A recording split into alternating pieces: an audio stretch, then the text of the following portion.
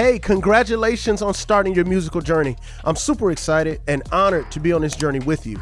Now, so many people are afraid of learning an instrument and taking steps because maybe they've had a bad experience, or they feel like they can't learn, or they even feel like maybe they have a bad memory. Well, the truth is, it's not your memory, it's the containers. For example, if I asked you to remember these groupings of letters: NCA, OYU, PLEHEM. Well, you'd probably struggle to remember it, but if I asked you this way, give me CAN, YOU, HELPME.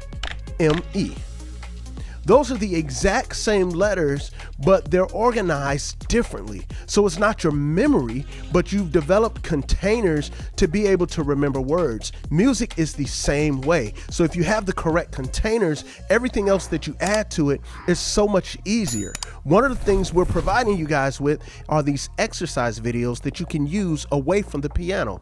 It allows you to keep your mind engaged even when you're not sitting at the instrument. Maybe you're just waiting in the car, or maybe you're having a snack, but it allows you to continue to develop. So when you're sitting back at the instrument, all you have to do is worry about playing, and you have better containers to put the information in.